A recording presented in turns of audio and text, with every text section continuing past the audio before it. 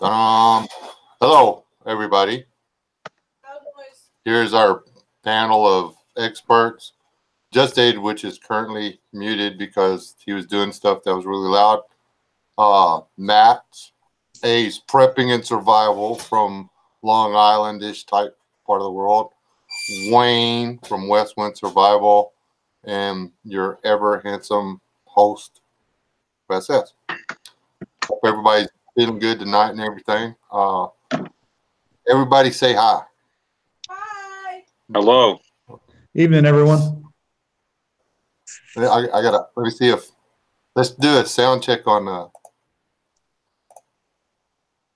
it's not letting me unmute him.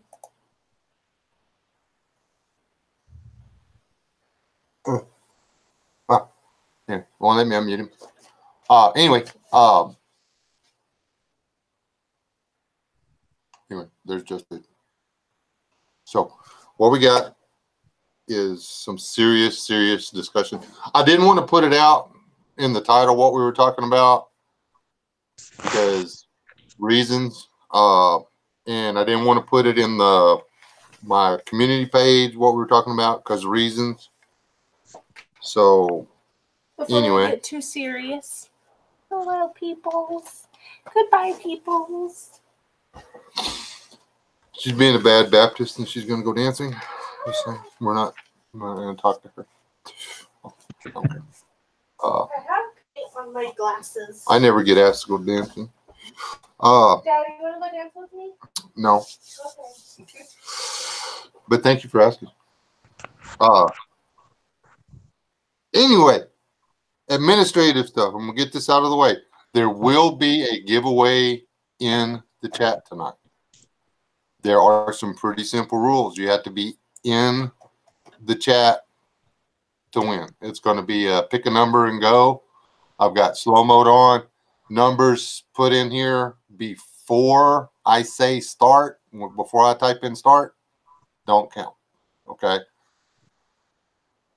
There's no telling when I'm going to say, okay, we're going to do the giveaway.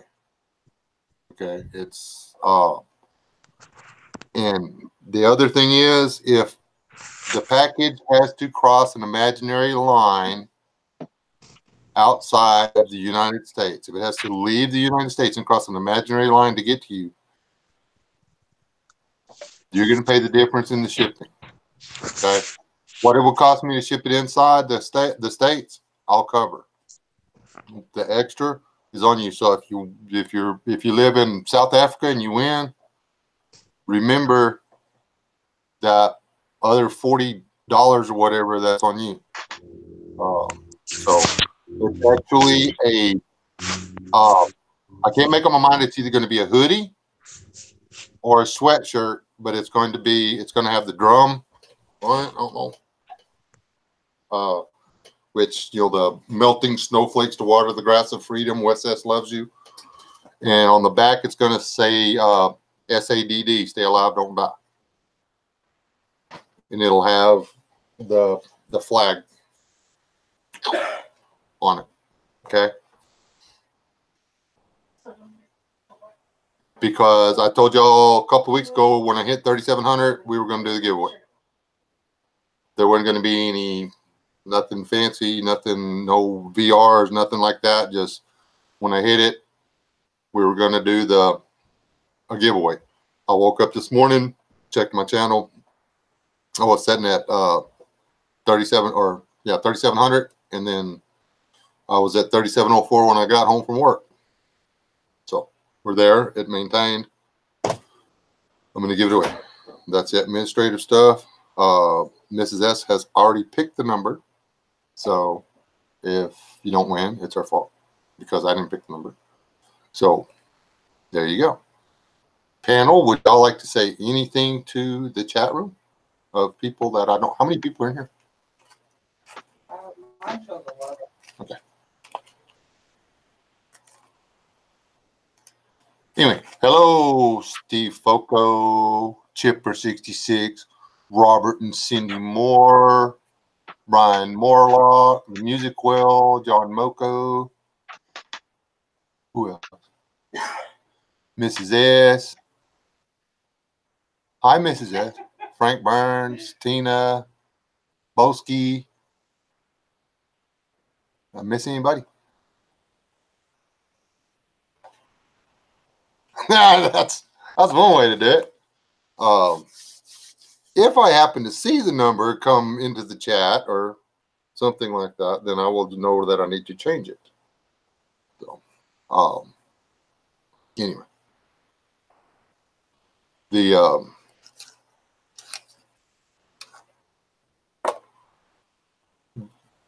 I gave something like this away before and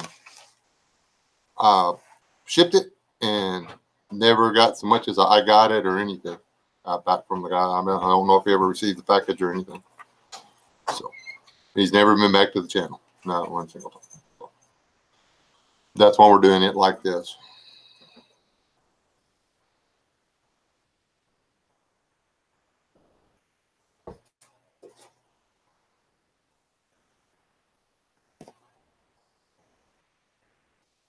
No, see, that makes it easy for me to keep up. And fast typers or slow typers, we all stand the same chance. Instead of, the guy who can type super fast. And we all get one guess every 15 seconds, or y'all do. So, hello, Berrywood. Anyway, y'all we got to stumble around a little bit because Just Aid's in transport.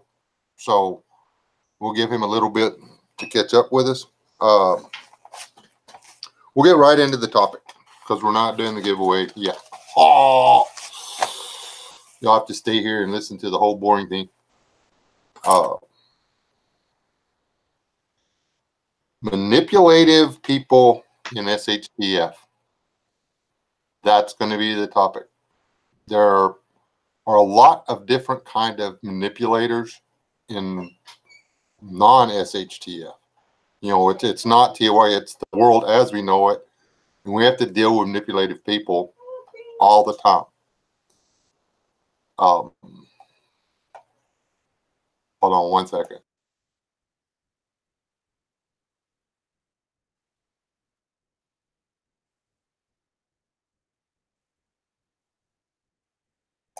Don't yell. We have to try and not lose our temper with these people because you know who they are, you know what they're doing. We have to deal with consequences of these people, or the way they act, what they do. But in the end of the world as we know it situation, or in a major SHTF, or even in a statewide one, an area-wide, region-wide, how much more trouble people like this can cause? We've got the kind of, the people that try to manipulate the situation or a way of thinking about, they redirect the blame. Something that, either they or somebody that they've got in their camp caused an issue, did something wrong, lost an item, whatever, but they will redirect the blame to someone outside of their circle or away from themselves so it doesn't affect them, which causes all kinds of fun down the line. You know what I'm talking about. The kind of people that'll start, they know the truth, but because they want to see what happens, they start a rumor with half the truth. So there's a little bit of truth to it. So when somebody starts asking on down the line, like, yeah, well, I heard that sounds about right, even though they know it's not right. People telling half truths to just stir up trouble. We know those kind of people today. What do we do with them later? The ones that are super overly friendly, they're always everybody's buddy, but they're always leaning in.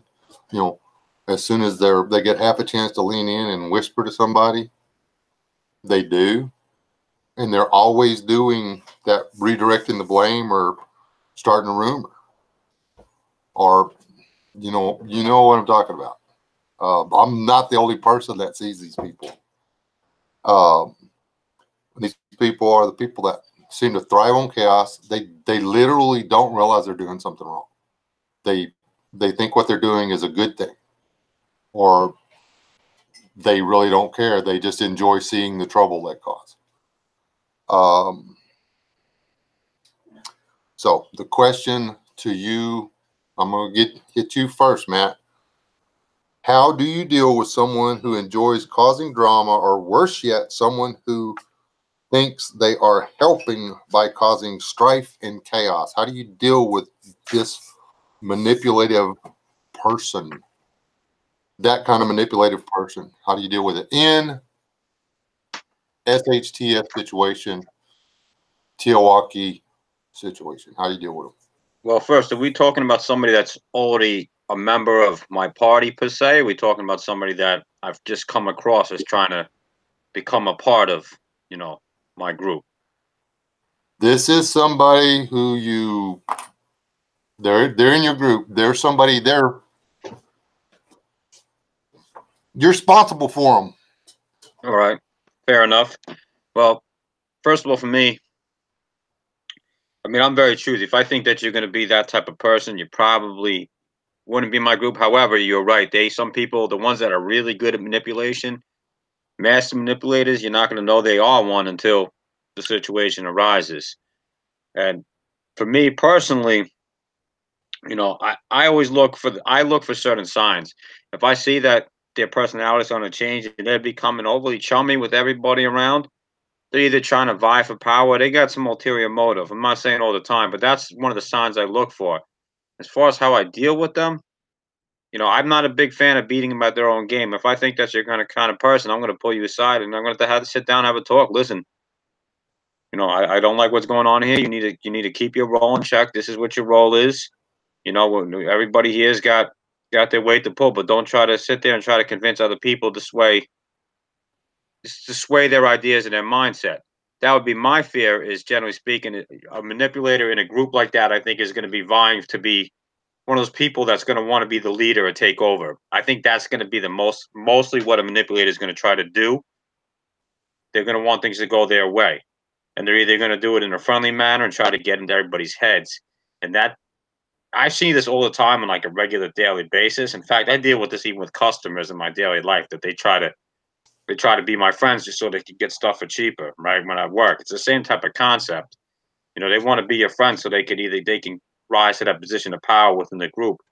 And I think it's important, especially if you're taking on that leadership role, or you got that leadership role split. Everybody needs to be on the same page and know how to identify that ahead of time. I think being able to spot it before it happens, I think, is probably the most important thing when it comes to dealing with it, as crazy as that sounds. Yeah, it's like you were reading from my notes. I didn't realize I had the camera down here, but yeah, I mean, and there's so many different kinds of people like that, and I mean, you and me, we kind of run in the same, not same state, but same work circles. When they're trying to get you to cut them some slack on the job, you are the best guy on the planet.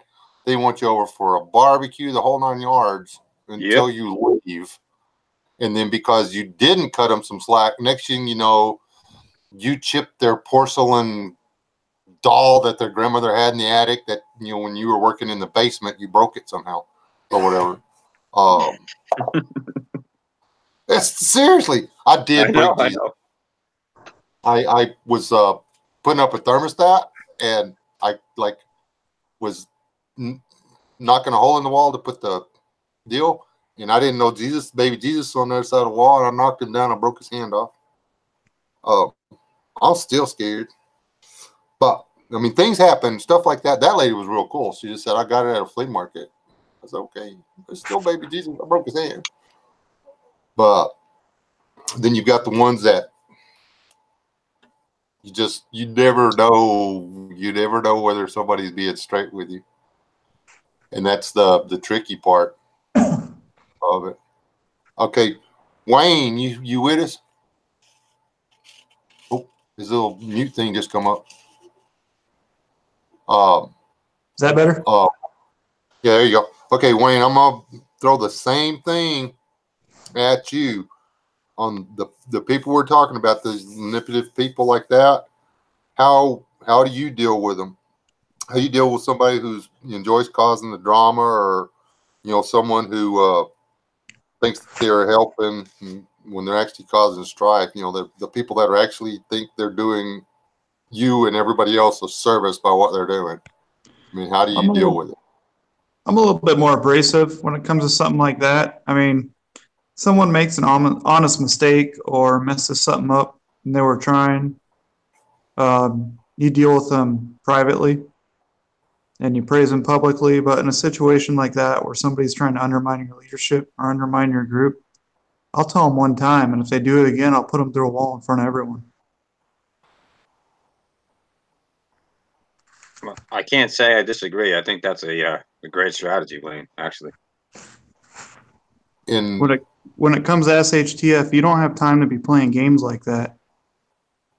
And you don't. And that's I really want to hear Just Eight's take on this. So, because I mean, he deals with these people all the time. We think we deal with them. I mean, he deals with them every stinking day. So I want to know, I really want to hear his take on it. So I hope he'll jump back in here real quick. Whoever's driving needs to hurry up. They probably can't get out of the car. They're so tiny over there. Probably. Dude, I watched the video on here, and now there you go. You derail. They made a little tiny electric car that looked like a little wood wedge or whatever, a splitting wedge back in the 80s. I didn't even know about that. It would go for 55 miles, but top speed was 45 miles an hour. So, yeah, I mean, in 10 minutes, you were out of battery. And you only made it, whatever.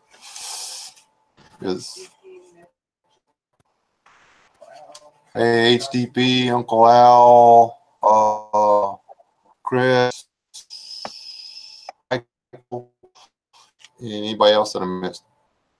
Okay. We're going to jump on. We'll come back and catch up with more. Okay. Basically take the same people we just talked about, but this one is bolder and smarter to a degree. Not the kind of person that just tells lies that nobody believes, but a person that lies, that deliberately creates stories to redirect somebody's way of thinking or somebody's actions to benefit themselves or their little faction of a group or whatever. How do you deal with, when you find out that you've got a person that's really smart and he's been running around telling a whole bunch of lies, causing awkward, how do you deal with this person? And it may be, this is a group, this is a mag. It could be a brother, sister, aunt, uncle. It could be your old lady, your husband. How do you deal with them? And it's on you again, Matt.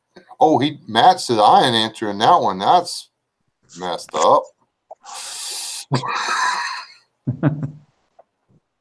Okay, it's on you. What do you do? What if you find out your sister's lying? No, I'm just saying. This is a close knit group. When you find out somebody's a liar, what do you do? Get rid of them. Sorry, honey. No. Really. Sometimes you got to get rid of toxic people. Period.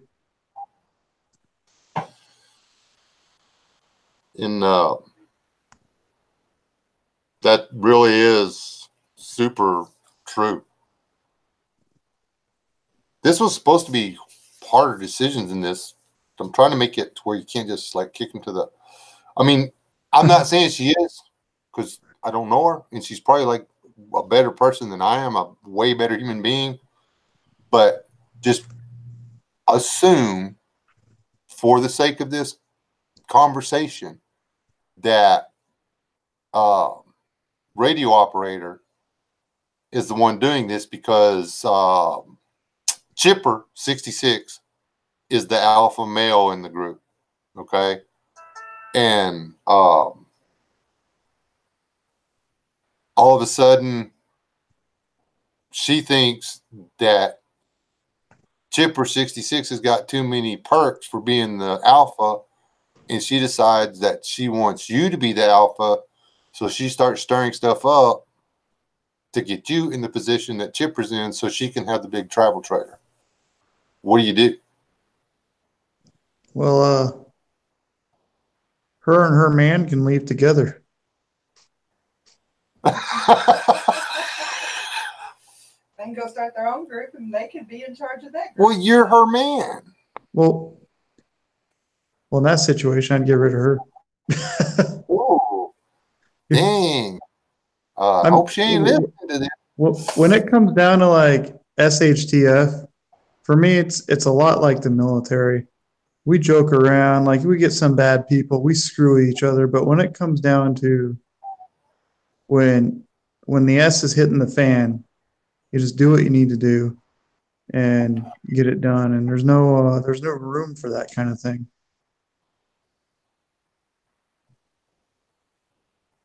I vote for what Chris said. Oh, And that really is true. And people don't want to talk about this. People are all with the lovey hugs and kisses. We can all find a way to get along and be part of this, and we can work through it and stuff. There's some people that you're not going to want in the group. It's that simple. And some of it's not going to show up until you're already in Teotihuacan, and then the rules are going to be a little different.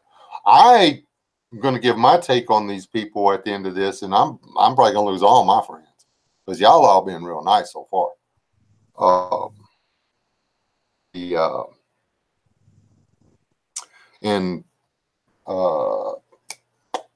Matt brought this up because a lot of these people that are,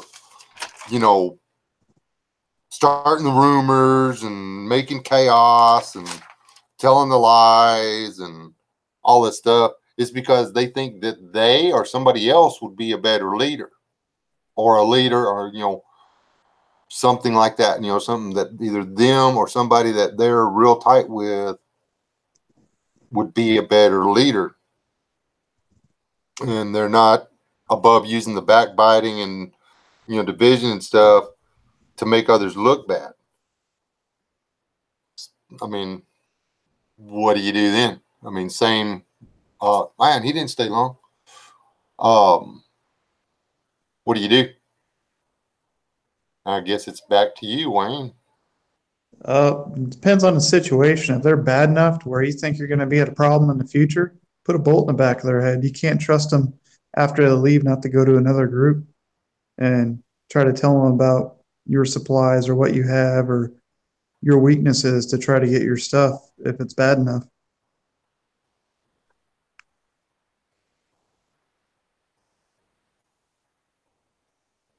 You still got your family and the rest of the group to look after, period. Yeah. And this was supposed to be more complicated than this. I guess I figured y'all would come up with all these really cool ideas and stuff.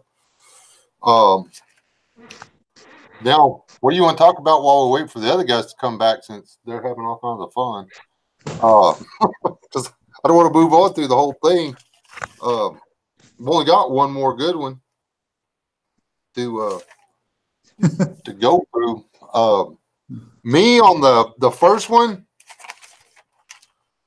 quite honestly, I've thought about this a lot because, unfortunately, we have to deal with this on a pretty regular basis in our current life. And because of the rule of law, we are limited in our response. However, in a world without rule of law, in a major SHTF or in Teowaki, there are a few people I can think of that would get a caning, and it would be public, and they would be chained up to a tree in the middle of the group. And this is what happens to people that pull that kind of crap. They would get one chance, and it would hurt. It would be humiliating, and it would be public. And then if it didn't work, we would not waste a bullet on them. We would use the same tree in just a little bit longer piece of rope, because then nobody else would want to risk doing it again. Well, it works in Singapore. Yep. And when we go to port in Singapore, you don't screw around there. The problem we have in this country right now is we have a rule of law with there's not really anything bad going to happen to you. I mean, prison sucks. Don't get me wrong. You lose your freedoms. You got people bossing you around. You get crappy clothes, crappy food. Well, no, about federal prison, but I mean, prison bites. But you can literally, in world with rule of law, you can stab somebody 27 times and shoot them. You can, between two people, 27 stab wounds. 2 bullets in each victim. You can drag those victims under a house and hide them for 8 hours before you call the police. And you walk away with probation.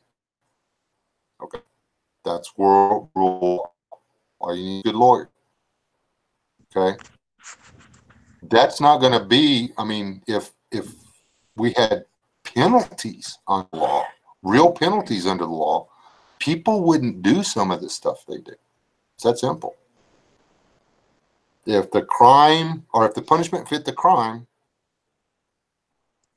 then yeah, it would not be worth it. Plain and simple. Yes, true story. Only the names and locations have been changed to protect the innocent. I have no trust in the rule of law. I don't.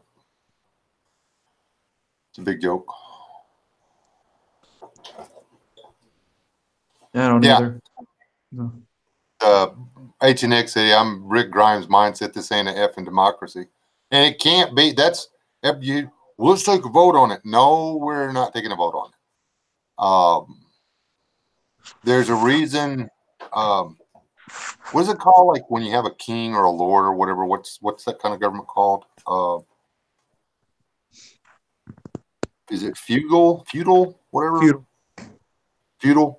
Well, there's a reason feudal governing worked so well for so long. You had it, even the Indians, you had a chief. The chief said, okay, he's gone. That guy was gone. That gal was gone. The chief said, okay, we're going to go to war. I mean, he would talk with the other guys or gals or whatever. And then they would say, no, okay, that's enough. We're done. They done cut down their last stock of our corn. We're going to go kill them all. Well, even the Anglo-Saxon style, the Germanic, the Scandinavians, the Anglo-Saxons, they had something similar too. You go see the village elder, the county jarl, whoever was in charge, and they would hear your case and decide over it.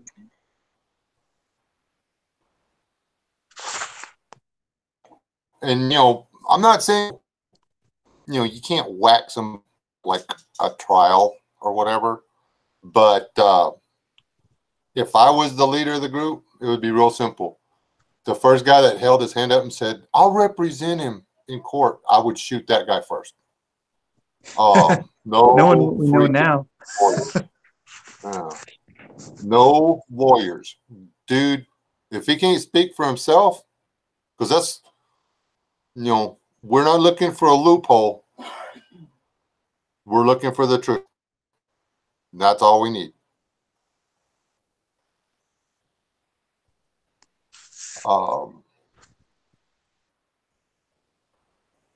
Yeah, the first person that brings up the idea of being a lawyer, insurance, anything like that, done.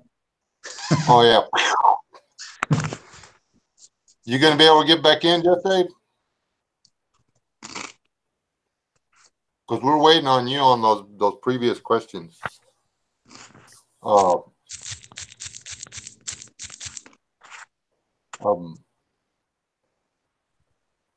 Sid's dad, hey, hello, smoking. Who else did I miss popping in here? Savage, what's up?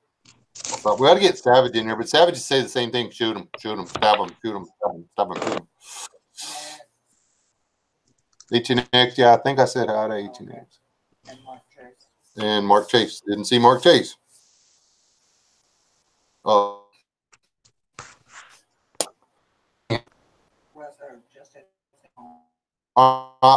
whenever you get ready, jump back here and we shall discuss stuff with this. For those who are fresh in here, don't leave. How many people in the room? 21. There's gonna be a giveaway tonight. Don't throw numbers out until I say start. And it's not right now. Okay. But here in a little bit, we're going to do a giveaway. It's either a sweatshirt or a hooded sweatshirt. I personally have not made up my mind. And it's going to be drum on the front and sad on the back with an American battle flag on the sleeve. And it hasn't been made yet. The winner has to get me their size and this, that, and everything else. Can't decide what shirt. And then I'll have the shirt made and ship it. If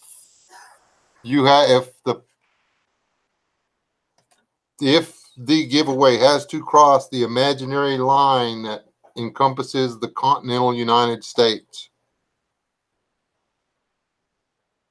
the difference between what I would have to pay inside the United States and what I would have to pay to cross that imaginary line is going to be on you. Nothing personal, just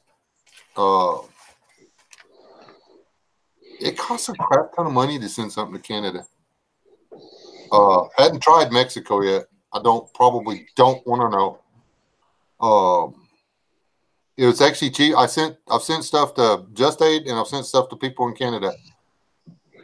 By weight, it was actually cheaper to send stuff to Great Britain than Canada. Explain it to me. So, anyway. Hey, Just Aid. All right, Just Aid. Did you hear any? Were you able to listen in on any of it? No, I got into the car and I lost connection. All right. Okay. Then, just for you, manipulative people in SHTF, the kind of people that will redirect blame away from themselves or somebody they're aligned with to change perceptions, or they'll start rumors with half-truths, overly friendly with everyone, but they're always constantly leaning into people when they get half a chance.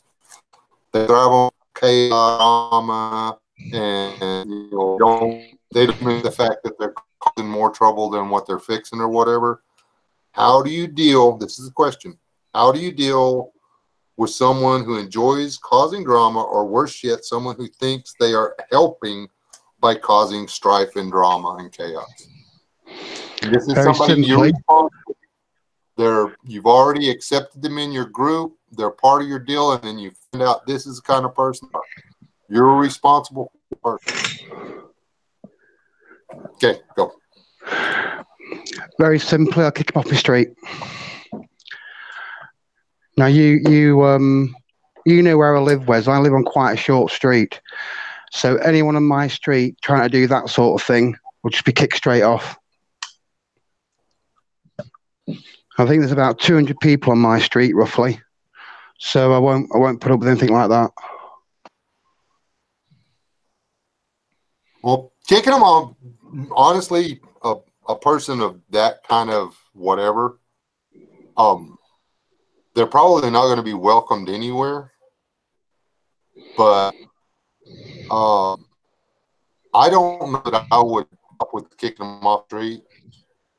I don't know that they would ever leave the block, simply because I don't want them getting mad and deciding to just be a little bit more creative about it later on, and then having the next block over come over and start a war. But yeah, you don't want them around. I mean, and go ahead.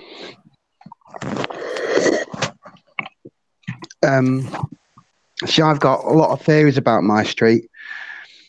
Right, I was going to say this in my. I'll do my camping video anyway, but I'll let you hear it first. Right, I'm one of these lone wolf kind guys. Yeah, there's a bit of a problem with that.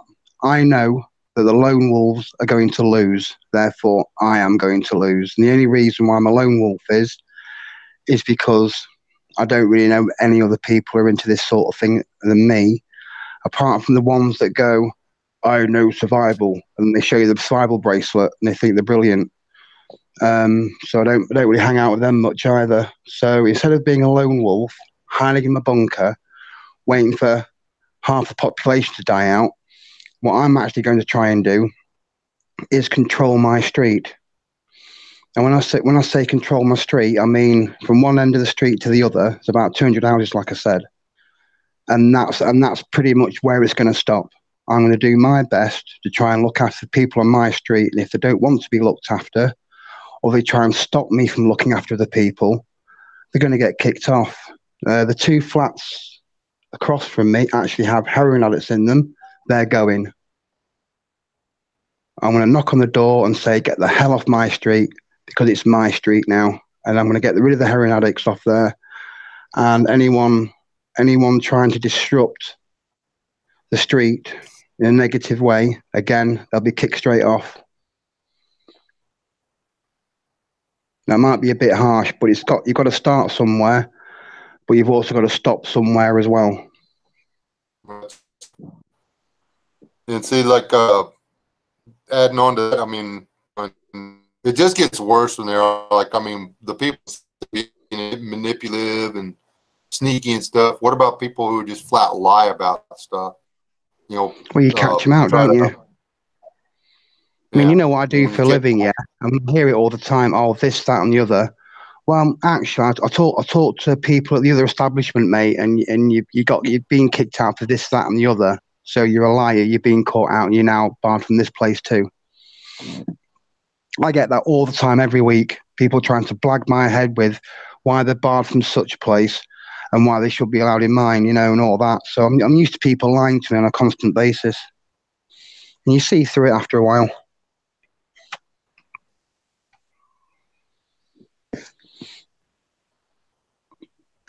Yeah, and hey, what about the people, somebody on your street that's they're going to be they leader than you or a better protector, so they start using like backbiting and division to make you or the people backing you up, so the rest of them jump over on their side. What do you do about that? I've had to deal with that on several occasions anyway. And I've always come out on top. Remember, this is TLC. The times they've tried it, the times they've tried to be clever with me, they could always ring the police, but this time it's after the fact. So the people trying it on with me on my street won't be able to call the police. They won't be able to call their brother in Manchester because the phones don't work, so they're going to be on their own. Now I've had people renting the flats on my street, and they're going, "Oh yeah, I'm gonna get my family down," and then the family comes down. My office, people who I work for, are actually around the corner from me. So as soon as the cars pull up, I ring up my job, and I've had people come out the office up the street.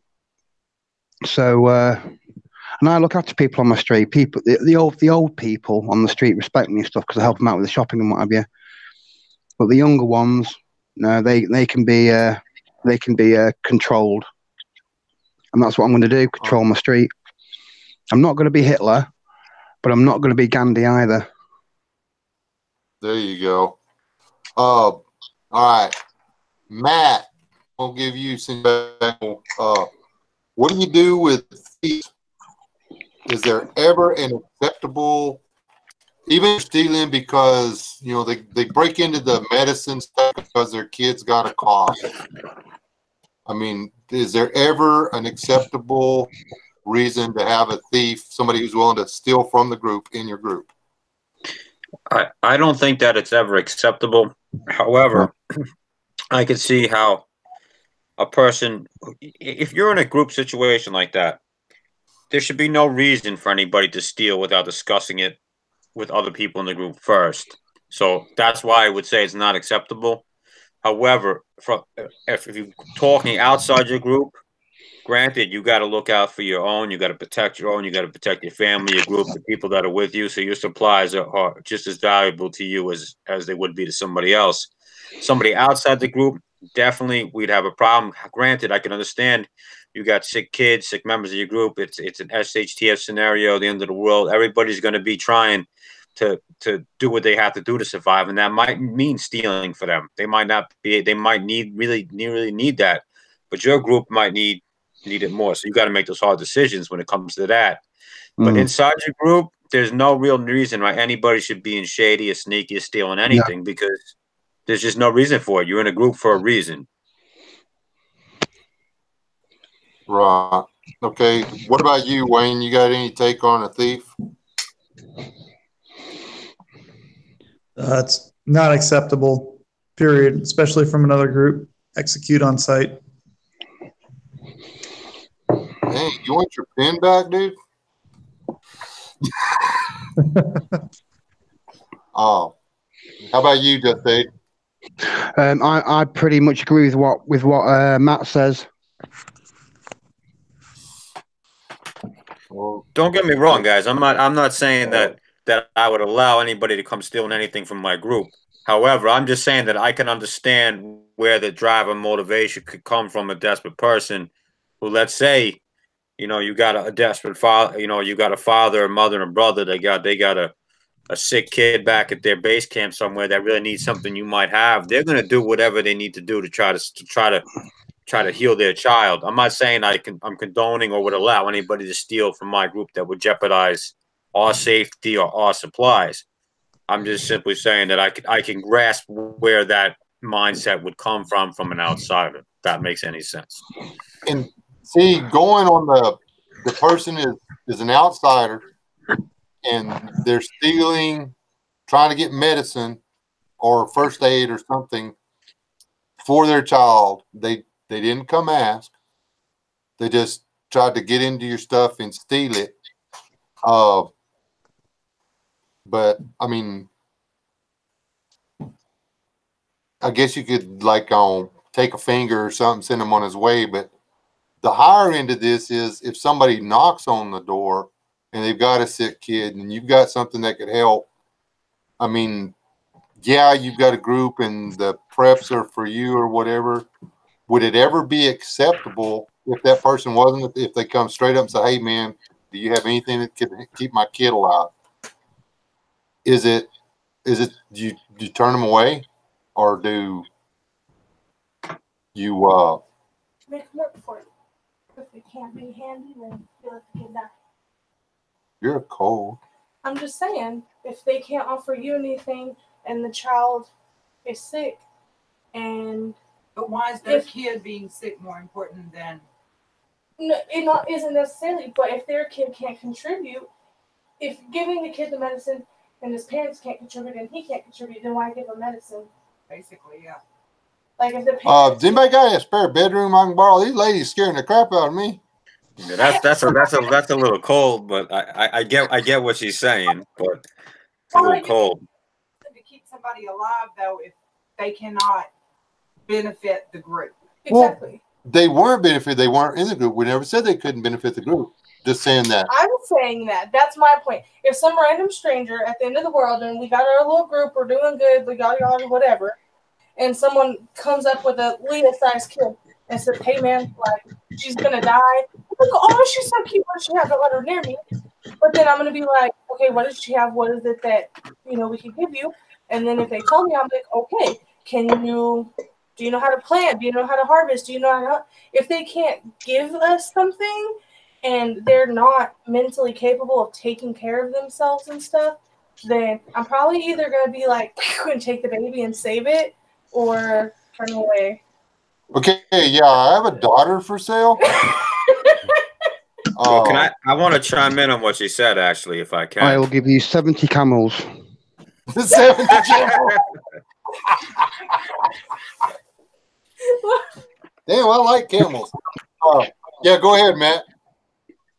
All right. Well, my thoughts on that are this. I think that it would be definitely a major judgment call that you have to play it by the situation. A lot of people out there will probably say, "Yeah, I could turn away a child, no problem, because it might not be able to contribute."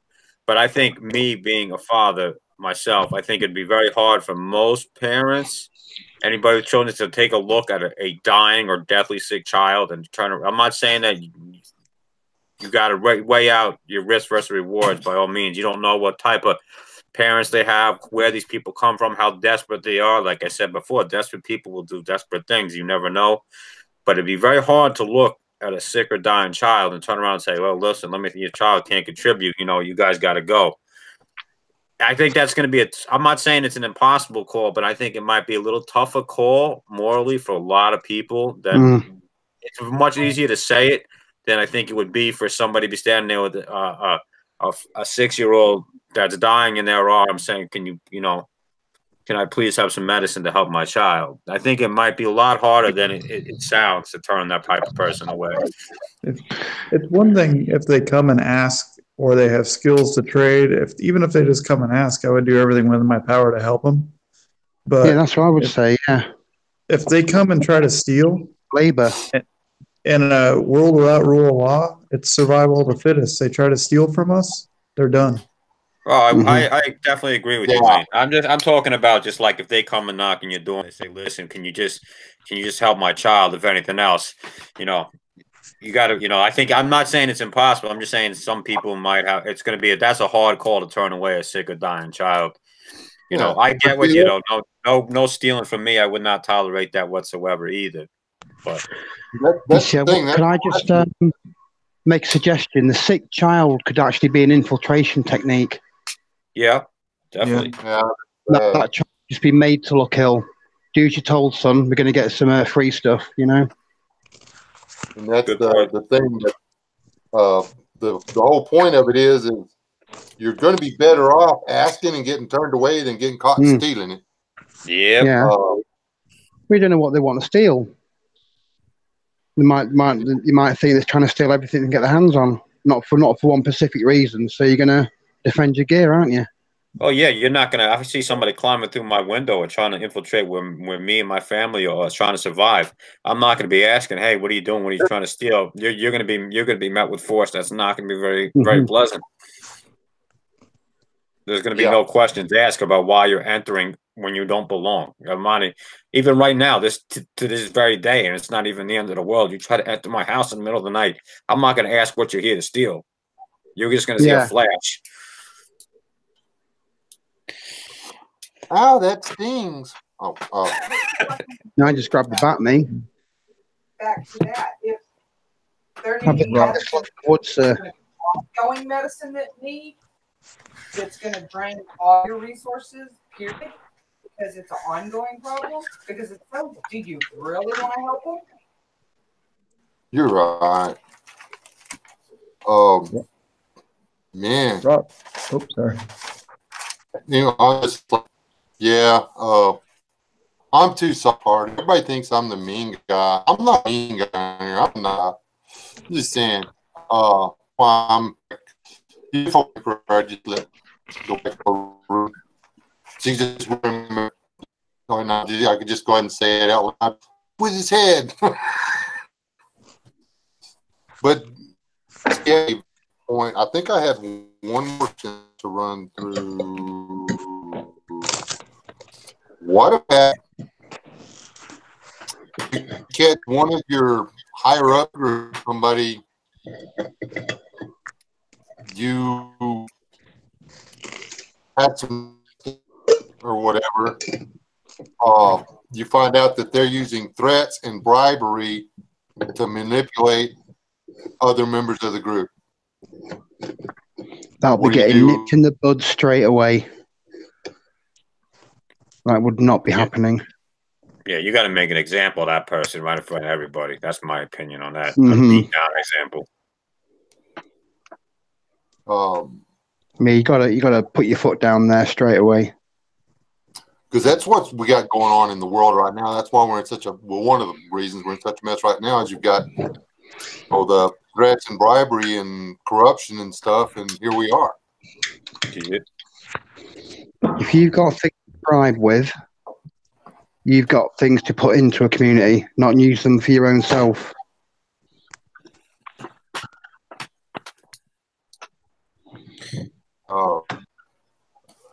All this being said, what kind of characteristics do you look for in people? Not necessarily skills.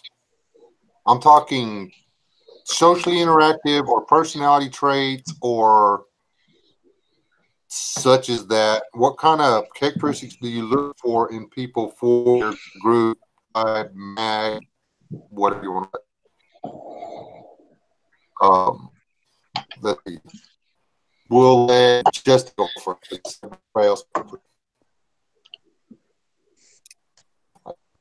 What kind of people do you look for? What kind of characteristics do you look for in your people, Just Aid?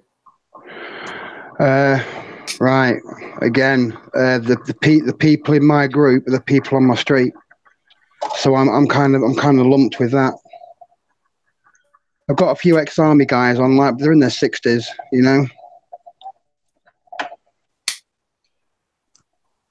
I've got one being an older on my street. His actually name's Bob.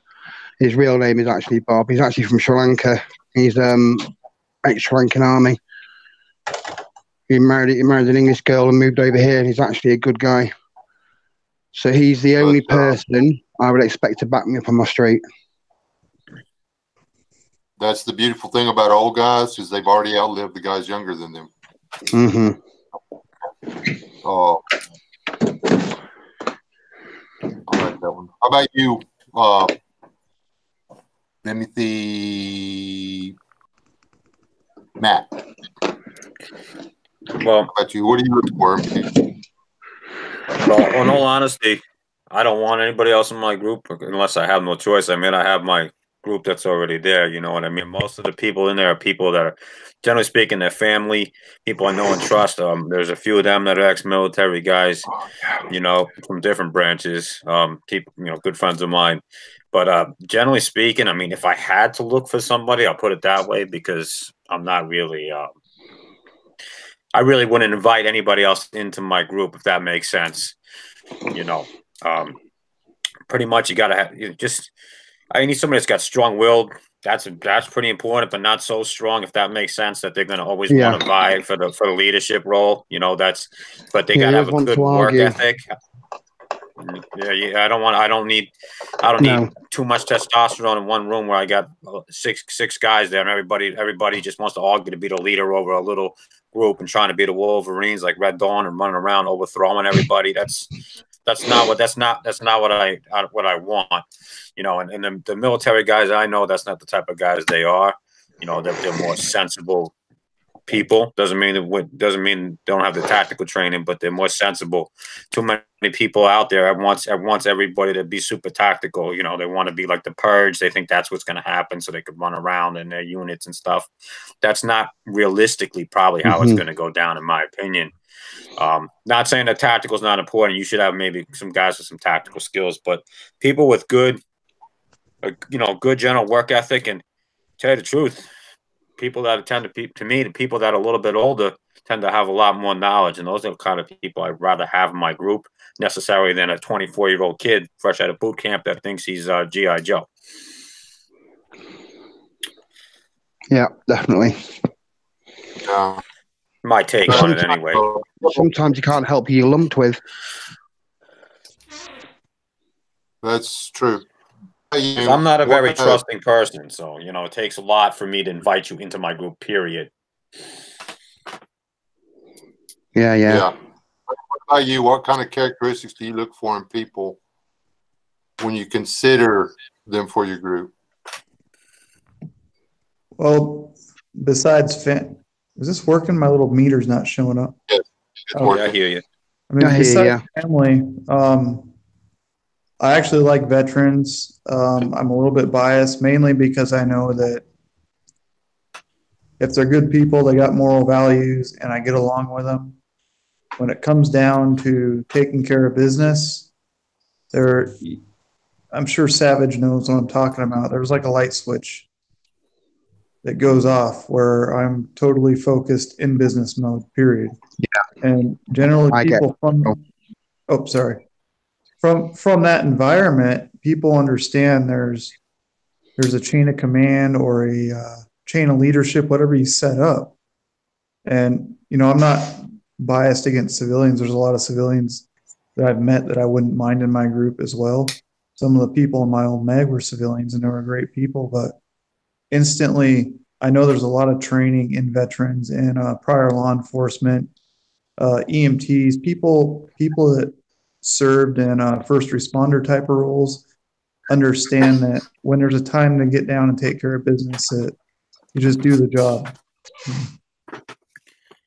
Yeah, I hear you, Wayne. The only thing I wanted to add on that is that I'm totally with you on the veterans and the military guys. Like I said, my only thing was what I was talking about is you got a lot of younger people with not a lot of experience, and I mean not just military experience, life experience that might let's say exaggerate what their skill set is because they think that they've come out of boot camp per se and they know everything. I'm not talking about the veterans. Those are the type of guys I was talking about that I didn't want, just to clarify. Oh, yeah, I understand that. Because I've met a lot of them in my life that I just want to smack upside the head. Just saying. My sister has a very good friend of hers that the guy, he's got about a year in the Army, and the guy he literally thinks he's Sergeant Slaughter. So that's to put into perspective a little bit the type of people I'm talking about. Yeah, military is something you don't get perspective until about 10 years down the road when you start to see the cause and effect of some of the stuff you did when you first came in. Yeah, and that's I've been in supervisory positions a lot of times, and I've worked with veterans. I've worked with ex-convicts. I've worked with all kinds of folks. And I have to admit that no slight to any of the other services out there or anything, the guys that were actual boots on the ground Army dudes, like as in the ARMY, they were always my favorites when it comes to, okay, guys, I need y'all to go over here and handle this, and I could just walk away. Now, if it was time to tear something up or something like that, I worked a couple of Marines. The only thing is, they were both cooks in the Marines, and I don't know what the Marine does to their cooks, but They need to change up the way they treat those guys or train them or something. But you know, I got to give you, like, as far as hiring somebody, if you can hire a veteran that's learned that, okay, he's the boss. He said to go dig that ditch. Let's go dig the ditch. You can gripe about it all day long as the shovel's throwing dirt. You know, but anyway, I'll give you that. But the thing, it's not what they did. It's not that they were in the military or they were Leo or whatever. It's that they have a willingness to do what they're asked. They are interested in the group dynamic succeeding. They have a desire to see the group succeed. They are in it for the team. They have level-headedness. They understand that they can't come unglued at the first sign of whatever not going right. You need people that are going to figure out a way to get it done, even if the track comes off the train or tank, not a train, whatever. You know what I'm saying? I mean, that's the thing. It's not, and there are people like that didn't serve. They're not as common, but they are there. There are people in my life that served, and there's a couple of them, there ain't no flipping way they're coming into my mag. Okay. Because they weren't about the team. They were about being at the top of the team while they were in there. They moved up a lot. They got rank, but they weren't really all that. So, not when you meet them face to face. You know what I'm saying? One of them falls into the category of that first person, the redirect blame, starts rumors and stuff like that. Very skilled at it. You have to really know what's going on to catch them. So all you have to do, you gotta be careful. Can I oh, sorry, Wes, go ahead. Oh, go ahead. I just wanted to add something that when we were talking about, choosing people for your group and stuff, one of the reasons I've say a lot about going with people you know, because you never know what people do or don't know.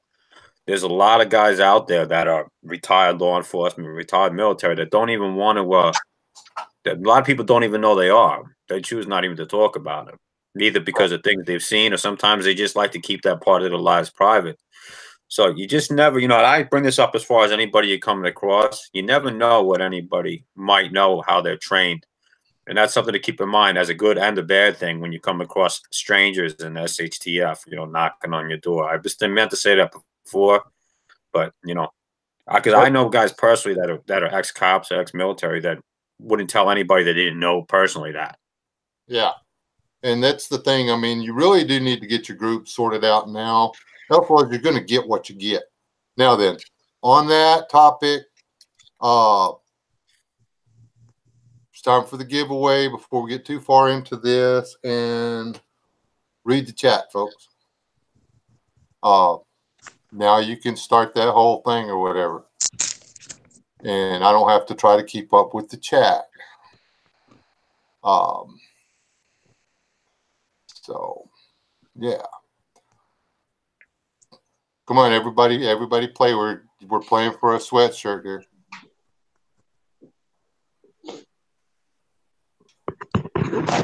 That's me then, because I can't put any numbers down. Yeah. Oh, I'm not really? going to try to put any numbers No, down. I don't have a good enough look. Number. I've only got one device available for live chat.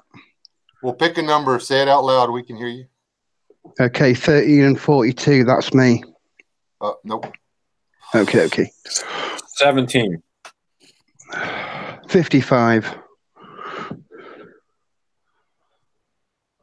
1. Oh.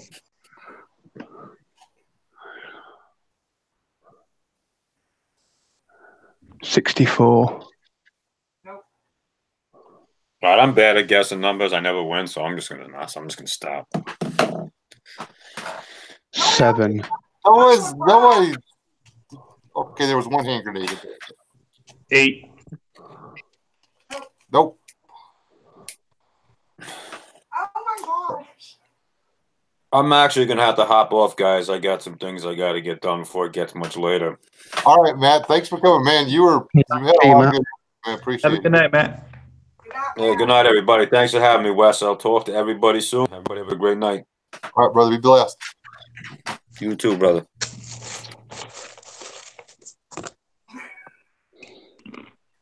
Oh my gosh. Not gonna let you pick the numbers no more. Walter Davis is getting smart down here. Look at him.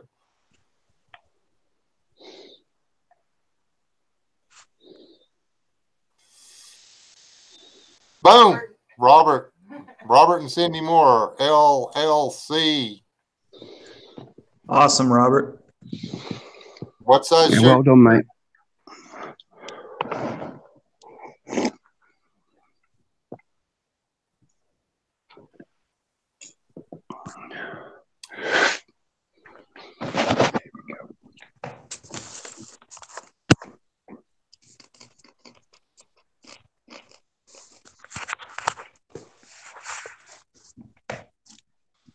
Everybody was bouncing all over it there for a second, and then they all jumped away. It could, Brian.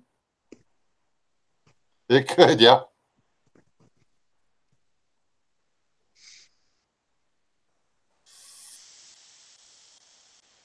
Tell him to send you an email. Yeah, send me an email. I need your mailing address and a shirt size. These will shrink just a tad bit. So, What did I get? you got a sweatshirt that says drum on the front, Texas Division. It's, well, hold on. Let me finish putting this in there. And I'll show you. Let me put the camera on.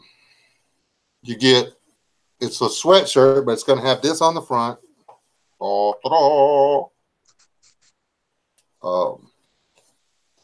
it's going to have SADD and on the back, stay alive, don't die. And then it'll have the battle flag on the sleeve. And it'll be whatever color I pick.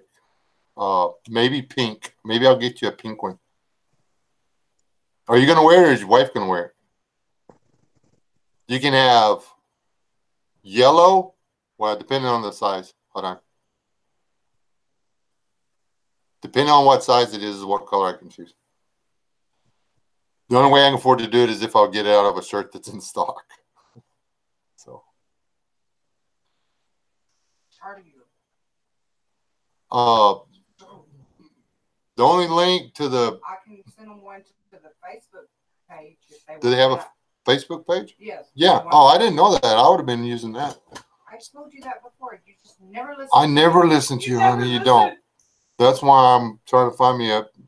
Hey, Chip, is it too late to get that tent? Because I need a place to stay where it's safe, where they won't like kick me to the curb because You my can't baby's have sick. his guest house. Don't let him offer you that. He's already offered me his guest house. You can have the tent. Never freaking mind. She's like got me cut off from the world. I'm so screwed in Teotihuacan. It's not even funny, man. All right. Sid, have a good night. Stay safe, Sid. It's probably cold out there. Yeah, see you, Sid. Anyway, she's going to put a link to a Facebook page that does the t-shirts. The sad shirts See if that one works. will now I haven't got the price etched out on the sad shirts yet or whatever. But on the sad shirts and the drum shirts separately, if you want a drum shirt, you can still order them, but there has to be so many ordered before they can put them into whatever, before they can make them. Same with the sads. Okay. Because, well, I can't afford to have them cut vinyl and press shirts. I just can't. I'm a poor person. So, I mean, they make out, and it's good for them. So if you want to buy direct from them, that's fine.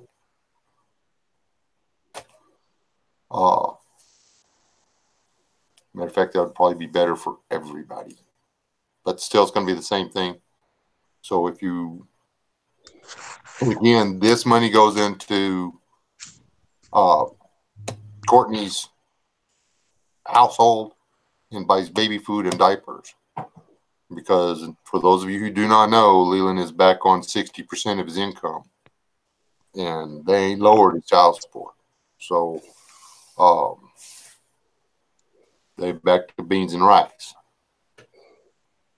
So anyway. And they do a whole lot better work than that.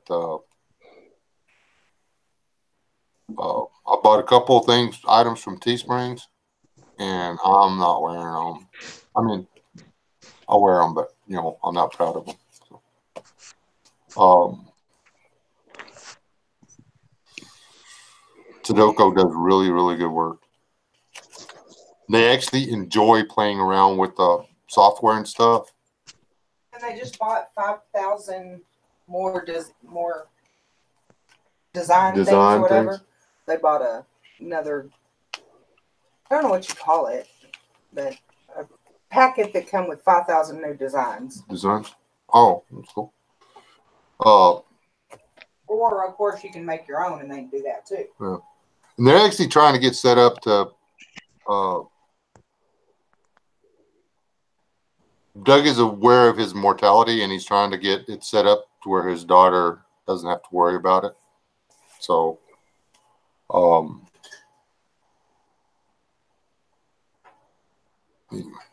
story short, Courtney owns a t-shirt shop, and you can get a t-shirt. I'm buying a t-shirt for the giveaway, so there you go. Yes, and they'll make you a custom t-shirt. You can tell them whatever you want. They'll shoot you a price, and they'll send it to you.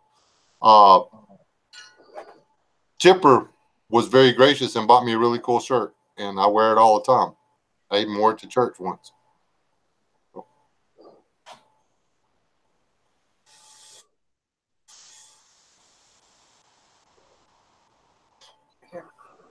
It went down a little bit, but not a whole lot. And he was back to work 2 months, and the Attorney General was trying to take him back and raise it again. Just that fast. He's got court next month. Yeah, he's got court next month to try and raise his child support. And he probably will not be back at work by then. In case y'all are wondering, brain cancer sucks for everybody. All right, Savage, have a good night. Okay, where were we at? See you, Savage. I think we actually made it all the way through all the topics and everything, which is kind of cool. Robert said something earlier in the chat about what do you do if you get a rapist or somebody sexual assault, something like that. Ooh, I want to answer that one. If you find somebody in your MAG group, tribe, and it doesn't matter whether it's against a woman, a dude, a child, a dog, a goat, I don't care. If somebody forces themselves through manipulation, bribery, if you withhold food from somebody, a ration from somebody, unless they do you a favor or whatever, you're done. If you can't talk somebody out of their drawers the right way, you're done. Mm-hmm. No, you're going to hang from the tree until you fall apart, or lamppost, or whatever. That's my take on it. zero tolerance for rape of any sort.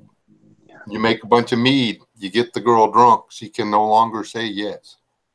If she didn't say yes before she had her first drink, the answer is always going to be no. The end. That's my personal opinion. Anybody else got a different one? Not particularly. Yeah. I think in a situation like that, it's different than a simple crime like thievery. There's mental abuse and torture involved in that, so that person definitely needs to be Not alive and made set an example for a little while. And that's something you got to be aware of, is that there are going to be groups out there that's acceptable. Mm-hmm. And but they're the enemy. yeah, and you've got to be careful, because the people that are going to be running places like that, the groups that do stuff like that, their leader is going to be the people we talked about. It's going to be the sociopath that has the ability to lie to you while staring you in the eyeballs. They're not going to flinch. They're going to have no tails. You're not going to know they're lying. They're going to be able to manipulate the truth to where they manipulate the facts to where they always come out smelling like they're the only person that knows what's going on, and they're the only person that's going to be able to handle things, and to where it's always somebody else's fault. So the people under them are going to do what they say, or actually they're not even going to realize they're being manipulated. They're just going to keep going with it. And when somebody starts to figure it out, that person is going to be on the out and wind up in an accident or whatever. And this guy's just going to keep building, guy, gal, whoever, just going to keep building. And they're going to get bigger and bigger and bigger. You know what I'm saying? Because he's really good at what he does, or they are really good at what they do, whatever. I keep saying he, like it's not a specific person that I'm thinking of. I'm actually keep picturing the governor off The Walking Dead, honestly. I mean, that guy was like the perfect example of that kind of guy. You know what I mean? Yeah. People like that get the special treatment. People like that and people who follow them. But first you have to find out they're that kind of people and they're following somebody like that. Give them the old Vlad Dracula.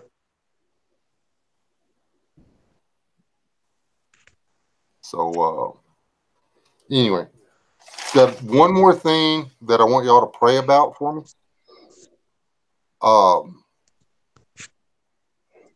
There is the potential. It's a maybe. It just got brought up, and I really want this to happen.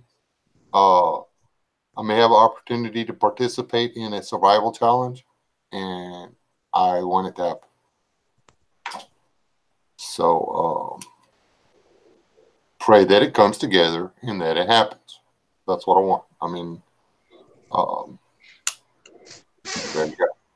Anybody feels like donating a new camera, I'm okay with that. No, just kidding. But that's pretty cool, Wes. Is that between some channels going on? Yes. It's a chance at redemption, and I really want it to happen. I'm not going to go to the far north and sleep with grizzly bears and stuff like that all alone. That's not going to happen. My mama raised a dummy, but they don't live here. They live over there. So, no, but this I'll do. So, put it this way, I'm within walking distance of the pavement. I'll do this. So, I really want this to happen. And Might be able to do it twice. One solo, which would be a more local thing. Really want to hear back from the old boy. And then this other one. So anyway, that's it. That's all the info I really have that's worth giving y'all on that. It's just something. I don't know if y'all can tell that I'm excited at the potential for it, but I really want it to happen. So anyway, any good news from any of you, either you guys? What y'all got going on that we need to know about?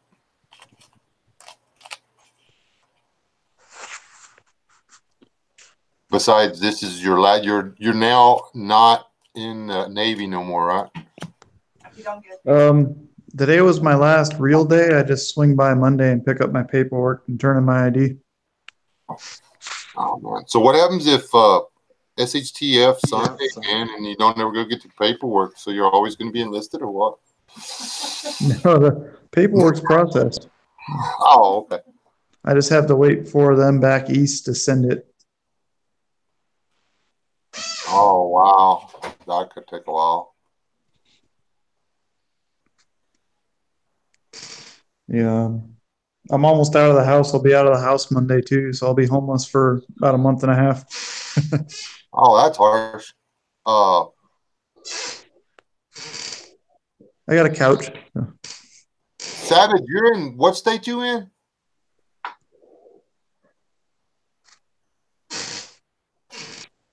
I would love to do Iowa. There is a place in Iowa. I would love for them to give me. It's 287 acres. 267. 200 plus acres with a live creek running through it and wild food growing all over the place. Abandoned bits. Perfect apocalypse scene, man. I'm talking straight out of the freaking movies. All they have to do is say, yeah, come up here and try to live for a month. So within walking distance of the pavement. But you're like, literally, you can see all the way into the next state. And then, boom, the road falls out from under your vehicle and you're in a river valley.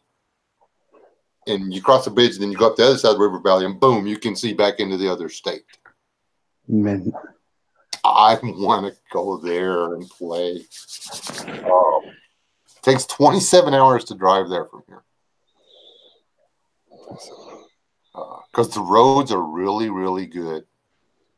Been there twice. I'd really like to go back. It's absolutely beautiful. So weird. Probably. So Ohio. And Ohio would be cool.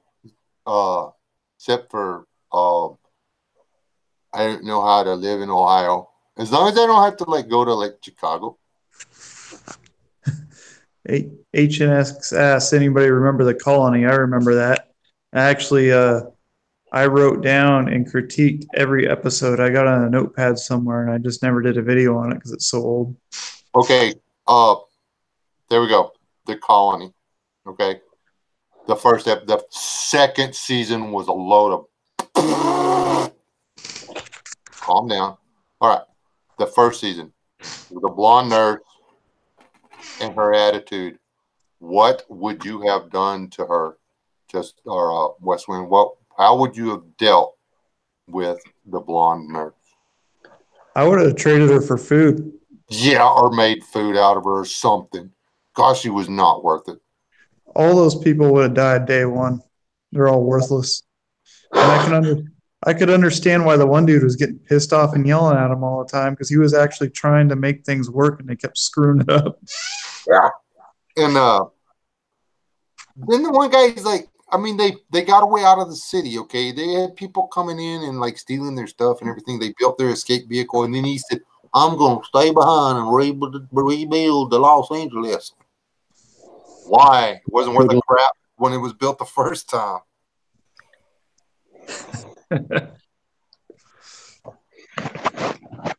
Yeah, I think that was one of the dumbest things I've ever seen. But yeah, it's worth a watch if you want to know what not to do. like, yeah, I would have put a sharp instrument through the eyeball of them two people that were kicking the door in. Yeah, that wouldn't have. And those people basically had everything handed to them too, and they still screwed everything up. Yeah, they still like. I was like, okie dokie. I mean, they tried to be realistic about it, and it was more about exploring the psychology of the situation than actual real life action part or whatever. But they had the same people doing the shrinking on the colony that they had doing the shrinking on after Armageddon.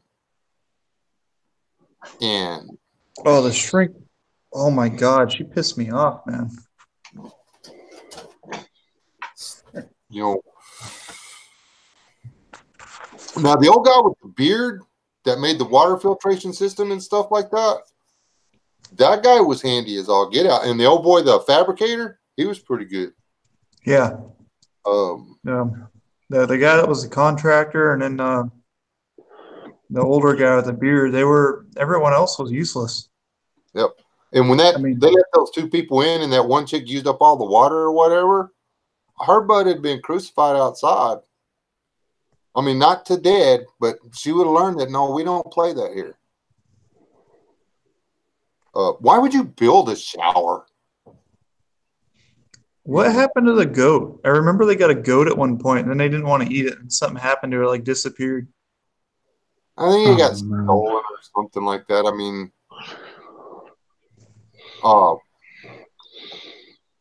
it was in the second one. The second one was horrible. We're going to build a airboat out of this airplane and run it off alcohol fuel that we're going to make from sugar and stuff. Whatever, dude. This, oh, my head hurts so bad. I'll find my list if you want. I actually broke down each episode as I watched it.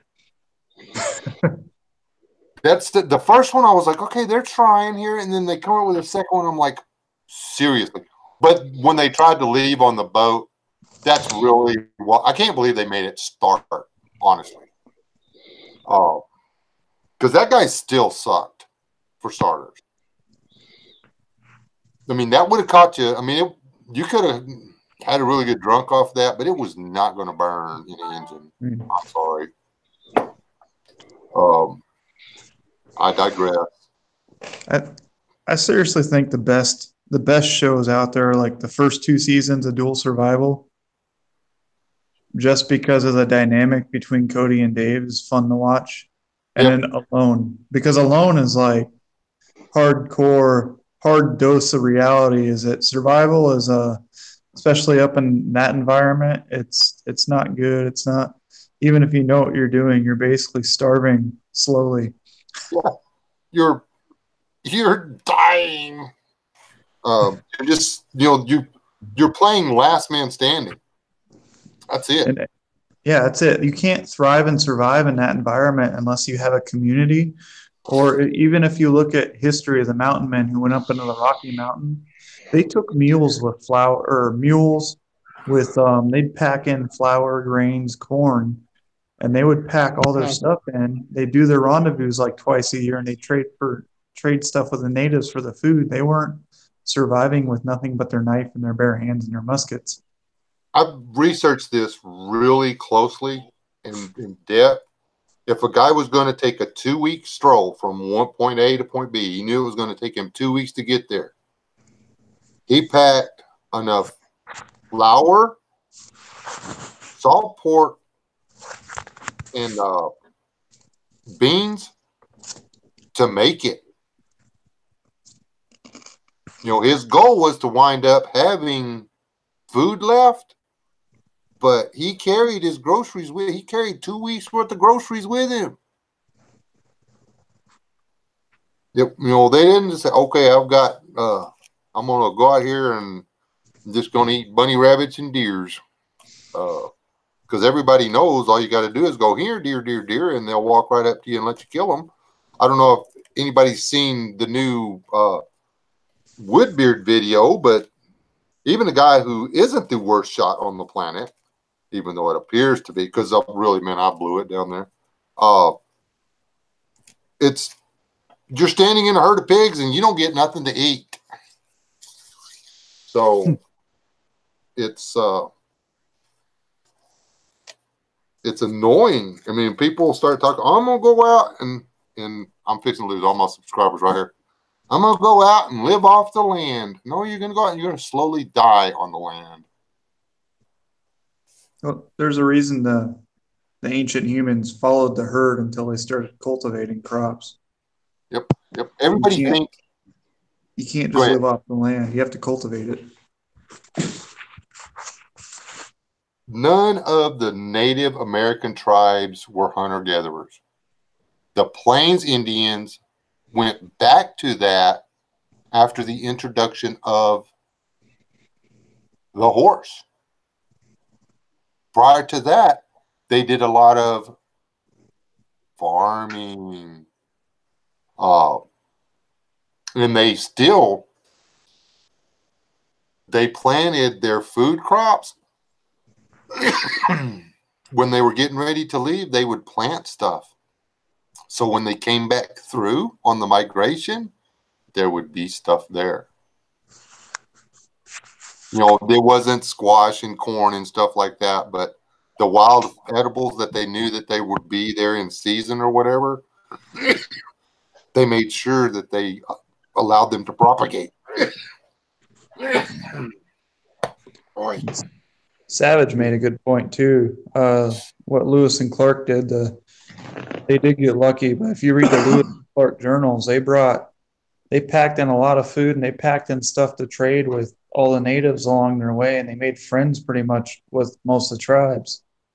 And every time they stopped, they sent people out to hunt for fresh meat.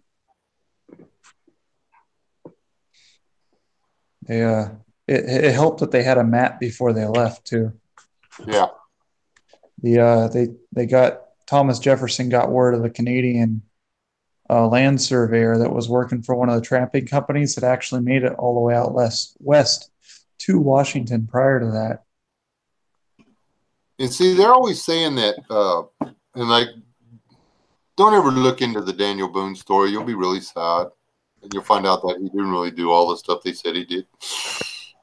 He was actually like usually second, third, fourth, 15th, 20th in line to go somewhere. He went there because somebody else told him about it. Yeah. OPSEC. Don't. Where LS is. Hey, yeah.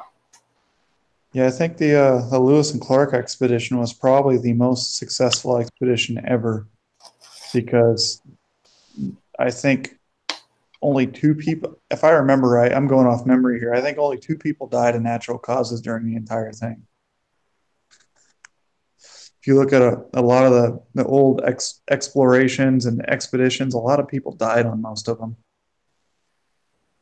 That's what would be a non-natural way to die. It's just, you know, the term natural causes. I mean, your heart usually stops beating and you stop breathing, and that causes you to die. Or I guess maybe getting like shot or eaten. Getting eaten by a bear is still a natural cause. I'm just saying. Yeah. Well, like who was the guy, the rifle in the right hand, the Bible in the left? I don't know. I can't remember which guy. He was one of the first explorers out west too.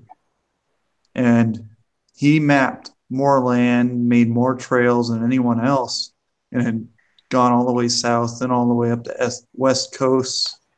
And his expedition, he went with a lot of people, and everyone died except for him and his second in charge.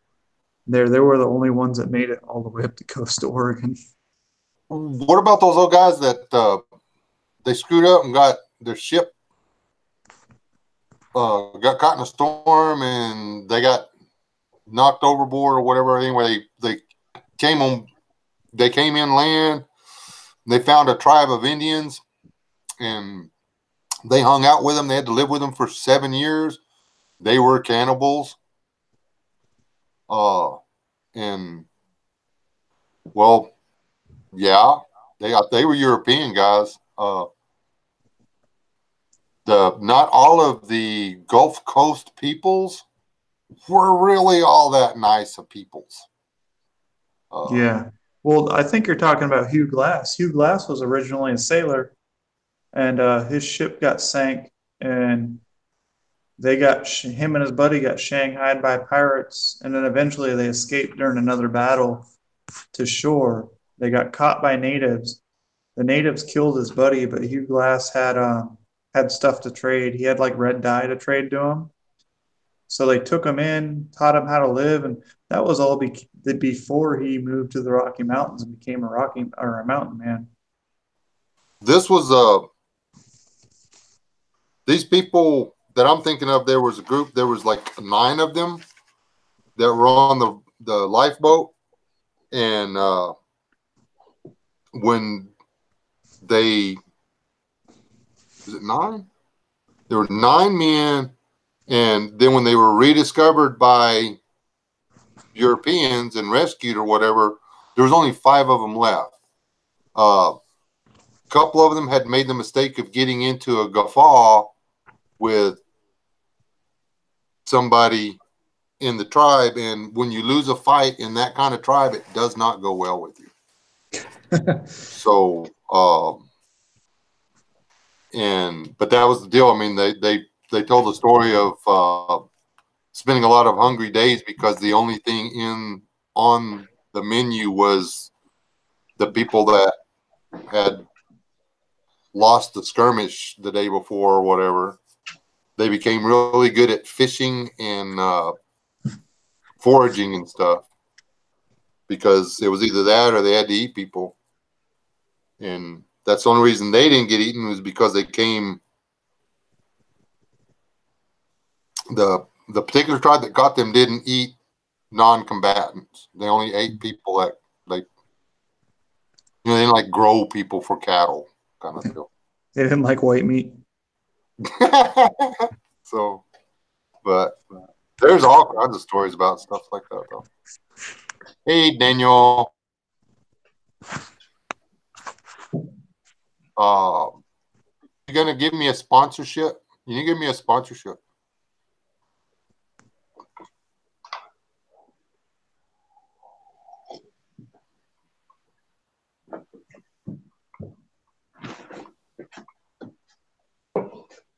All right, Robert. Yes. Did you send me an email, Robert? You guys send me an email, get your sweatshirt. Savage was right about Sacagawea. Lewis and Clark would have been screwed without her. Her husband was a dirtbag, the French guy who sent her off. He basically took all her pay.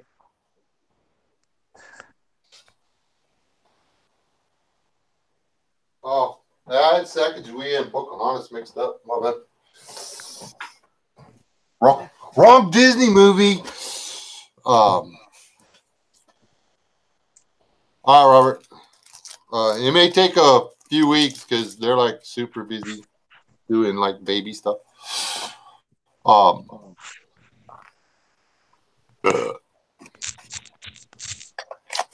about you, Justine? What do you got going on? When are you gonna take us camping in the rabbit country? I'm going to... Am I on? Yeah, my mic's on. All right. I'm actually going camping next week. Cool.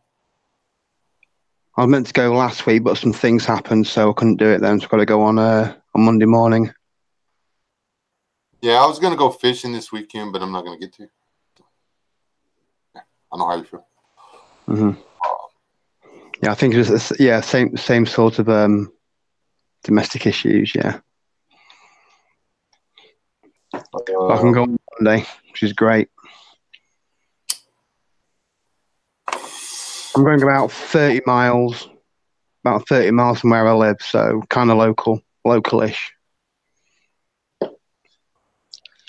The place me and Sweet Pea want to go camping is, I don't know miles. I know hours.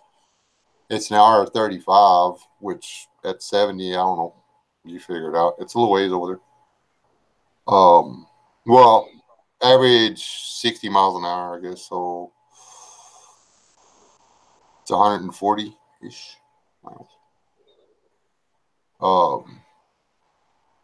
But in Texas, that's nothing. And you go Yeah. up, you drive that far to get a decent steak.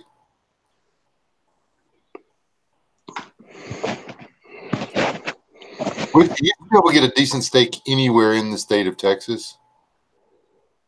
But then we had people come in from all over the country and ruin the cooking. If you want a Okay. Texas steak, yeah, get a Texan to make it, don't you? Really? Yeah. Is there anybody in the chat from California? Why can you not serve salsa with breakfast? That's my question. Who? Rooster's not in here. Rooster's not in here? Al's already left. Oh. That's when people come down from California and open a restaurant, and we went in, we ordered a Western omelet. Okay. With a Western omelet, you put salsa on it. You give it on the side, and then they can put salsa on their omelet. They say, we don't throw salsa here. We're from California. It's like, well, go back. This is the last time we ate there. This is Texas, and you don't have any what? No. That's the first thing our kids learned how to cook was salsa. Pretty good at it. That's like ketchup. You just have it at the cafe. I mean, Yeah, Heinz tomato sauce. I usually make a big batch of pico de gallo once a week and throw it on everything. Pico. see, that's you and the missus get along fine. I'm like, onions, jalapenos, and cilantro doesn't belong with food. I mean, not in that combination. Whatever. Onions are awesome. I like onions. So you can put onions on there. You can put tomatoes on there. You can put some peppers on there. But you don't just like chop up onions and peppers and cilantro and put it in a little bowl and call that like a garnishment. I mean, that's like something that's getting ready to be cooked. I mean, that's something that you put in the rest of the salsa, but not that much cilantro. Ow, hush. You hush. I always give her mine. I'm sorry. I'm sitting there cracking on salsa, and then I want to eat the pico.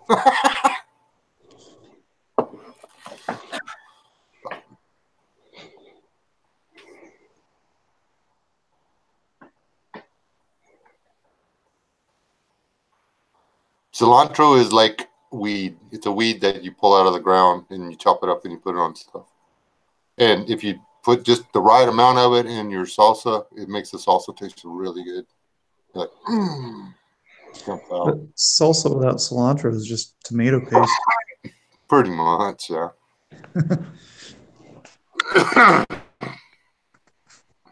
That's like, but there's one place here in town that you can't taste the jalapenos for the cilantro. Seriously, I mean, it's like too much. They put too much. I don't use jalapenos. It's not the heat; it's the flavor I don't like. I usually use like Anaheim peppers. I see. We started making it with. They're called Fool Juice. They're jalapeno. They taste like a jalapeno, but they're not at all hot. And then put the Fool Juice and banana peppers, and then make it like normal. And if you like literally take half a jalapeno and shred the puppy and then put it in there and mix it up and let it set overnight, it's just it'll get your attention, but it doesn't hurt you.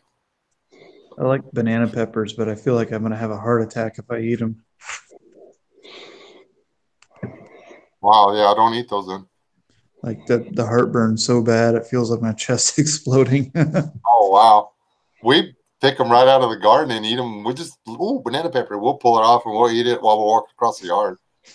I mean, we look like cattle out there just grazing in the garden half the time. It's weird because I'll eat like those really hot Thai chilies and it doesn't do it. I thought I was going to turn into a Fuji pepper. I was out. I ate so many of them.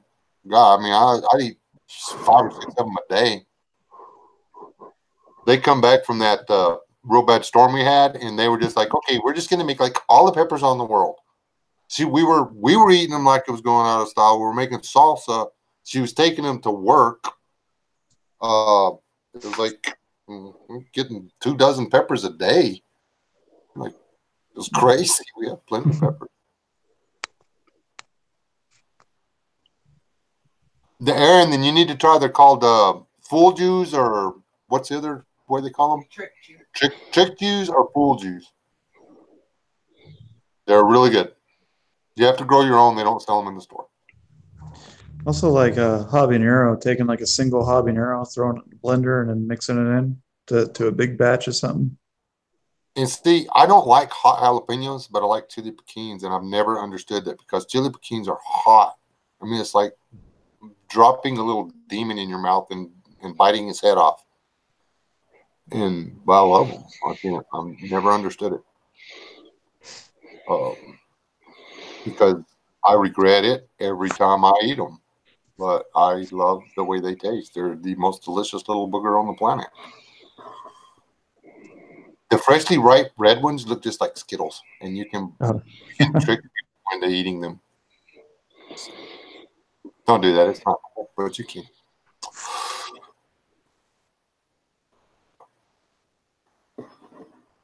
I'm going to pay for that one day, but it wasn't that day. I got like 3 people.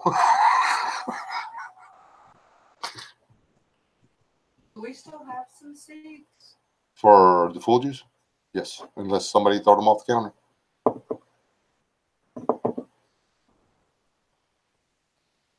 Wait, I mean, drop some. Well, I don't know. Do they scan them with that? They might. I don't think they irradiate them or anything. It shouldn't hurt them. We need to get some started. Yeah, we do. I've got those little pods in there to start them. You know what we need to do is we need to come up with something else to do. We've got to fill our spare time with something.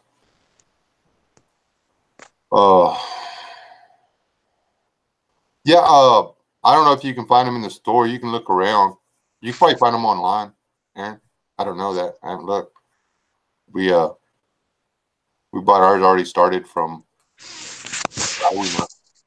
And then, well, we just like let some of them go to seeds, and we're going to start our own from our own little patch.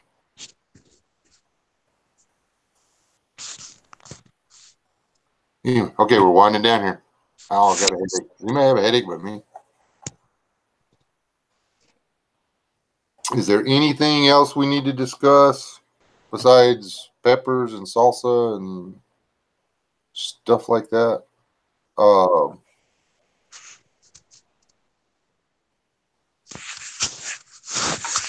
like horseradish and mustard. Yeah, I like horseradish too, actually. But you got to be careful because the horseradish can be just as hot as a jalapeno. Depends on if they have a bad day or not. It hits fast and hard. Yeah, it does. And lingers. Goodness. Before I'm gonna go ahead and ride us out of here, but guys, I've been thinking about this manipulative people for a while now because of what we have to deal with on a daily basis, and I can't come out with any good scenario in a total grid down SHTF Milwaukee situation. So, and I am not accusing anybody in the chat or in YouTube world or anything. I'm just saying, if this is you, even to a degree, work on it, because we all thinking about the same way. There's no place. There's not a place for people that are more interested in themselves than they are in the group. It's, in Milwaukee or SHTF or whatever, the group that you have aligned yourself with, they are your family, each individual in that group. So if you're lying, cheating, stealing, manipulating, rumoring, backstabbing, or whatever, you're doing it to a family member. Mm-hmm. And it means that you don't really believe yourself to be part of the family. So there's not a place for you. There's not going to be a place for you. If you're willing, you're going to be the one to cut everybody loose. By doing this kind of stuff, by pulling this kind of crap, you've cut everybody loose. That when they do what they got to do, they're not cutting you loose. You cut them loose. Does everybody agree with that? Yep. Yeah. You can't get rid of them because the rot will just spread. I mean, That's what it is. It's rot. Chipper said, is the mud hut still standing? the mud hut is still standing. Excellent. I have to, if I get some time, which if I get some more time, I'm going to finish it. I have some ideas for some videos and stuff, and I'm going to get them out there. I can't give y'all an advance on it, about my ideas or whatever. Not doing that on here anymore. It's not going to happen. SOS was in here earlier, and he can tell you exactly why. If you got an idea for a video, just do it. Don't tell anybody about it. Just do it. And that way, at least do it first. So,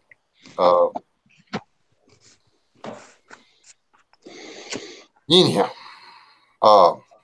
thanks everybody for stopping by. I'll leave this stream up for a few days if y'all want to share it, like it around or whatever. The next giveaway will be over the 4,000 mark. I haven't figured out what it's going to be yet. So, if y'all know any garages or what do you call it, pawn shops or anything that want to like put a bumper sticker on my backpack or something, get them to send me an email. I need a sponsor. So, anyhow, God bless all you people. Y'all stay alive and don't die. All right? You want to tell them good night, guys? See you later, folks. Now take care. Have a good night, everyone. God bless everybody.